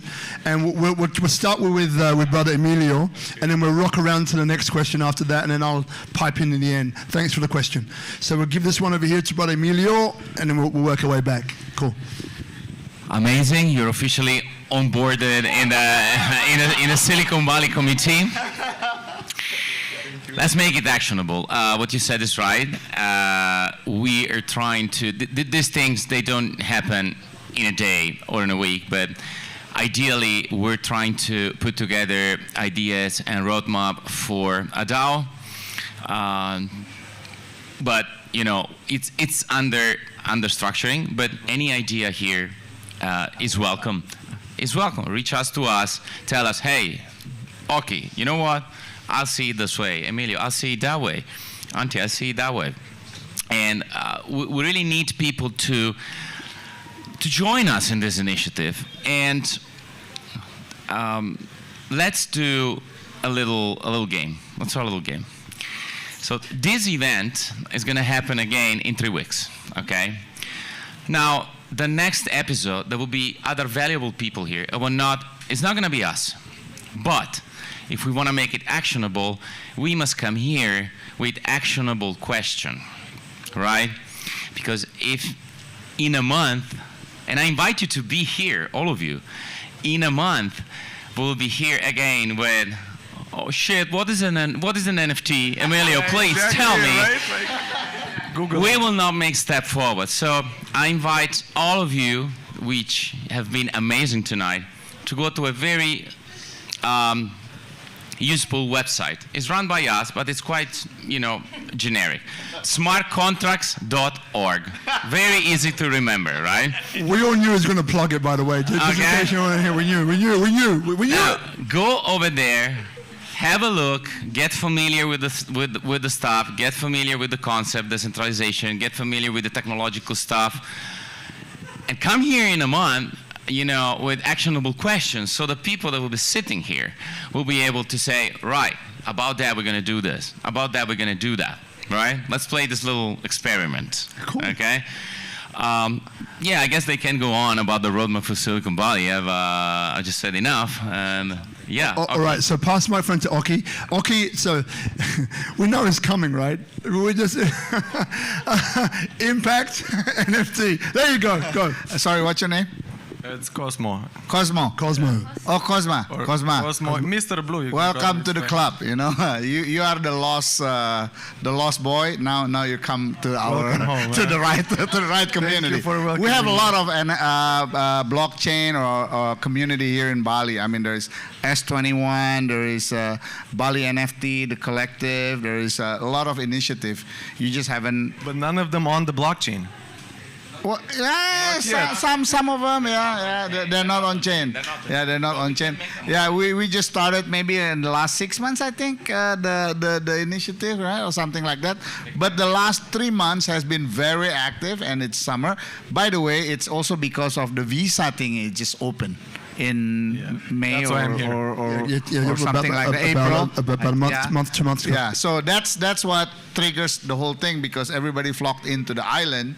Then this whole events is back to back. Yeah, it's rolling, and we had like a whole month of Bali NFT events. Almost every day, I think, was that almost every day. And then Emilio, exactly, and then we have a Supernova Hackathon by ICP, also another month. And then now Rob is taking the initiative and see that the whole thing is moving into that direction, and we have to be receptive of what's going on. And I'm also very supportive on this Silicon Bali initiative. You're welcome to join and contribute. And welcome to the club. So look, what we're going to do, right? So I know everyone here's got something to focus on. So what we do, we'll limit it to a minute each, right? A minute each. We've heard from you two. Antia, you're next, darling. So actionable, right? That's what Brother Cosmo was saying. By the way, sign in over here to this computer rolling around. The question, who's next? I think it's you, Ryan. Do you have a question? So sign in there. Make sure you join the SpeakuP Monday community. There's a QR code over there. Simon, get ready, man, because I'm coming to you in a minute. So you better be ready. Yeah, you better be ready. All right. So Antia, 1 minute, actionable. Yes, so and Toko Crypto, like we've been always trying to make our ideas relevant to the public. That's why we create something like we call it Toko First. And T-Hub is one of the, if you know, like T-Hub is a crypto hub. We're located in Batu Pelik. So we did it in the first place to bridge digital to reality. So I don't think it can be more actionable than that. We actually built a crypto hub in here where it can be a safe space for like people to come to share, and always encourage people who are with knowledge to, share their knowledge, share what they have, create a discussion, create something together. And not only that, we're also talking, with universities as well in Bali and beyond to put a blockchain curriculum into their, into their syllabus. Yes, and we're gonna need guest speakers. We're gonna need people who we've been doing crypto projects for years to become an inspirational speakers for them. So that's where when it rolls, I'm gonna need the help for all of the community, because it's gonna be online, right? It's not only Bali, like everywhere. The source knowledge that we have here gonna be sounded to even bigger places, broader audience. Yeah, that's right. So yeah, those are the little things that we do. I believe everyone has their own part. So yeah, let's focus on what we do best and try to make the most out of it. Wonderful, thank you. So, all right. So we've had Brother Emilio, smartcontracts.com. .org. See, was I listening? Clearly I was listening. Smartcontracts.org. Yours, Oki, is. Welcome Krista to the club. It was lost. All right, so Purpose NFT is you. Antia is? Crypto Hub and blockchain curriculum for universities. Cool, wonderful. So if you pass that microphone to Adrian. So Adrian's next. Yeah, I think the great thing about this community is that keyword, community, is very welcoming. So those of you who are still learning, there's plenty of free online resources. The one that I have access to that you can have access to is called Unit Masters. Very cool name. You finish the course and it's like, I finished Unit Masters, which is a blockchain education, 6 weeks, and it does take you from zero to hero. And it's a platform that lets you create your own tokens, buy a token, and just, get involved in the space. And I think, Cosmo, welcome. Great to see you here. I think we've been talking about the why. I think the why not is a matter of time. I think the bigger question is how. And I think the how, again, goes back to community, having people like yourself, having people, experts as well as people new to it, to get involved and who want to make a difference. I think that's my message. All right, so thank you, brother. We're going to go now to Melissa. Now, I'm going to call Alex up in a minute because, Simon, sorry. I'm going to call you up in a minute and Alex as well, but one is better than the other. I'm joking. So, Melissa, you have an event coming up, right? On which date? Tell us about it. 1 minute. So actually, it's rather than an event. So starting with on 22nd, another crypto-based SpeakuP Monday. And on the 25th, 26th of August, there's going to be the first international crypto and blockchain conference in Bali, CoinFest Asia. So the first?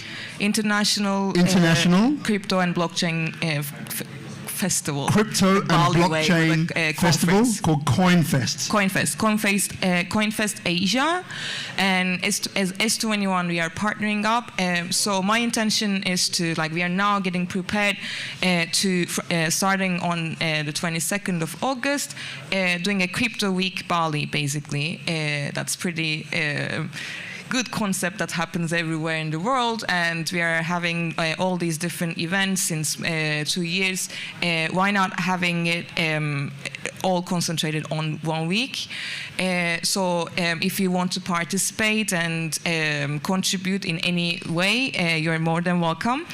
And so one thing to as actionable points, these things are really important because I personally don't believe just to have a blockchain project just for the sake of it. Minting a token is super easy anyway, or an NFT or whatever. The actual thing is to have that glue of any community, and the purpose of that community to get people to do something every single day and make it relevant for people and get them use that token, and the whole ecosystem creating a value that is more than the totality of its part, as a whole, functioning as a whole. And I think we've been experimenting around that, because it was basically with the events, with educational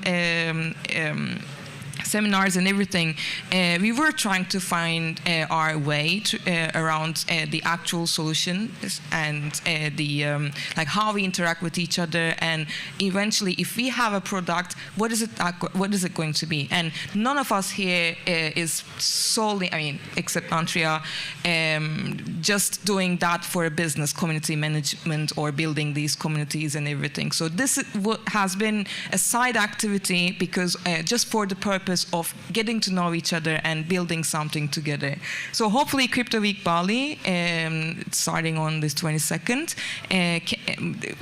can actually facilitate our communication with government-related people, other key actors in Indonesia, not specifically in Bali, because all these communities, except Toko Cryptos, mainly expat communities, and it wouldn't make sense to just bunch of bules launching a token, Bali island whatsoever. So you need to really find your angle to do something that's meaningful.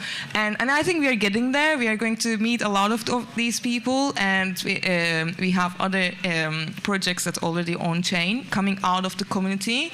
And so we are getting there, but we would love to have you on board also. Now look, so I'm going to do two things. Thank you, Melissa. I'm going to do two things. Alex Wijaya, get your ass up here, brother. Yes. You. No, Alex, it's you. No, it's you. It's yes or it's no. It's up to you. But come on, man. Get up here. Alex is coming up. Rafi, come up here. Let's go. Put that microphone down. You won't need it. Yep. Cool. It's you, Alex. We're in Indonesia, brother. It's you. Let's go. Now, Rafi, grab a seat. All right. Now, this is going to be hard for this guy. 1 minute, because we're talking about actionable. So do your own research, remember? We're talking about actionable. So Rafi has a project, Bali Co-op. I interviewed him last week. You have 1 minute just to explain briefly what it is, because I want people to see actionable, right? Do your own research, guys. I'm not promoting Bali Co-op, but I love Rafi, love what they're doing, so you go for it. Yeah, thank you. Master B, thank you very much, and thank you guys. They all know what I'm doing, and I pretty much know all what they're doing, and I'm a great fan of them, and thank you for what you do to the community. So a few words. Bali Co-op is a fair trade platform aimed to support the organic market, to help the Balinese and Indonesian organic farmers to have farmers access. And our big mission is to make the whole people, we want to make organic market access affordable for everyone. So not only expats, but also Indonesians, low classes, middle classes, high-end classes. We don't make any difference. And we are starting now with a B2B market and soon be opening to B2C market. Wait, how do they find you? Bali Co-op, yeah. Where do they find you? Instagram, Facebook. My number is everywhere, so you can just come and talk to me. Bali Co-op, if that interests you, wonderful. Thank you. Thank you. We're going to get Alex up on the spot. Thank you, Brother Rafi. Yep. So Alex, next up, grab a seat. They call it the hot seat for a reason. Hot seat, hot seat. So this is Alex. I want to tell him about Favors, what it does, what it's set out to do, and of course you have an event coming up. So plug that too. Okay, my name is Alex. I'm a CEO of Favors. Yeah. I just want to announce you maybe we have a crypto. I don't know, like what Simon?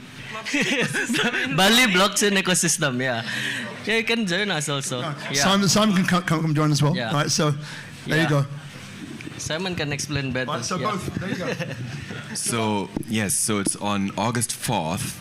And we're partnering as well with like almost everyone here, not yet with Oki, but hopefully also, but everyone else, and many of you who are here in the audience, and Robert as well. So on August 4th, there's going to be this.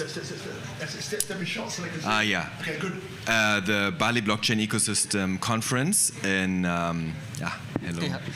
T-Hub in Ubud. Yeah, not in sorry. Park Ubud. Yes. So, but we've been doing many great events at T-Hub as well.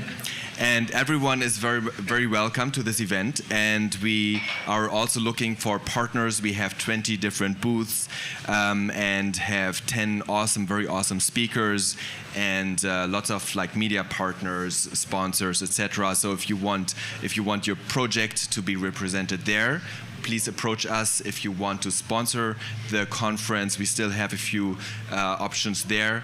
And of course, everyone is welcome to join our event. So 30 seconds. Wait a second. Hold it, people. Just wait. Patience. Come on, people. 30 seconds. What is Favors? What does it do? Favors is an online platform for crowdfunding events. If you want to invite your favorite speaker, artist, musician to your hometown or to an online event, you can share this on the application. You can join forces with others that have the same interest. If there's enough demand, you can do the crowdfunding and make the thing happen. All right. Thank you very much. Alex, Simon, thank you so much. Look forward to seeing you soon. Thanks for coming up, brother. I appreciate it. See, none of this is rehearsed. I love putting people on the spot. Mind the light. I love it because at the end of the day, right, we're talking about Silicon Bali. So we're talking about projects which are actionable. As I said, do your own research, but this is where things begin. This is where things start with ideas, and then those ideas become incubated maybe by this guy, Emilio, or this guy, Adrian, or one of the people sitting up here, and these incubated ideas become reality, and then maybe in 6 months, a year's time, we'll be having a different kind of panel. Now, before we wrap up, I just want to answer your question, Brother Cosmos. So, Speak Up Monday, this is the 4th year. we're up to almost 300 episodes. Speak Up Monday started, as I said, 4 years ago. And look, it's an inspirational Q&A. That's at its heart and soul, right? It's award-winning, but it's not on-chain. You're absolutely correct. But it never set out to be, actually.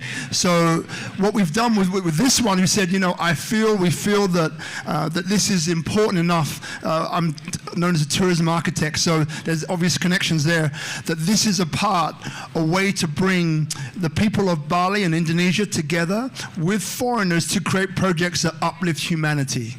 Okay? That's what Speak Up Monday stands for, really, at its solid core. So this today is the start of that journey for Speak Up Monday. We've interviewed Oki and a few other projects before, like Adrian, but this is the first time, and it was Emilio, actually, who said, Rob, I think that we should do something. It's time. And I was like, yeah, it's time. So I was like, Emilio, you're spot on. Let's just do it. I'm a guy about action, actually. So I don't take too long to think about things. I consider, then I go. Right? Because even if you make a mistake, it's easier to, once the ship is moving, to course correct than to start again, right? Or to start from the beginning. So anyone here, please, if you want to know anything else, Speak Up Monday. You'll find us on Instagram. You'll find us on Facebook. Soon we'll be on chain. Thank you for that reminder. Help us out. Come on, man. Get Definity onto it. So, Get you on chain, man. No problem. All right. Well, then we're going on chain. Cosmos, give us a month. All right. We have to do it.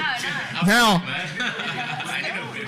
People are going to be able to get a proof of attendance NFT, and then with it, they're going to be able to buy like an actual NFT, be part of the community and stuff. So that's done, actually. Yeah. all right. All right. By Crypto Week, we're going to do it. So I want to thank you. I want to thank Tropical Nomad, Itchy, Guzman, and we have Ayu over there. I want to thank the studio audience here. Thank you for coming. I told you today would be longer.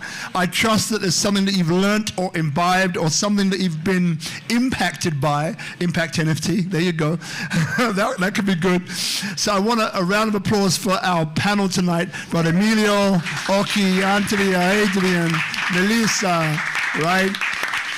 Now, next week, make sure you come. Nicholas is on. We've spoken about the title, how to not lose money in crypto. I know it goes against what we were saying earlier on, but if that interests you, make sure you come along. In the meantime, make sure you join Speak Up Monday. We have so much coming, so many good things coming. So I look forward to seeing you on the next one. And remember, for those of you who want some private words with these guys over here, you can do so immediately after we stop going live. So thank you very much, everybody. Round of applause for yourselves. Thank you so much.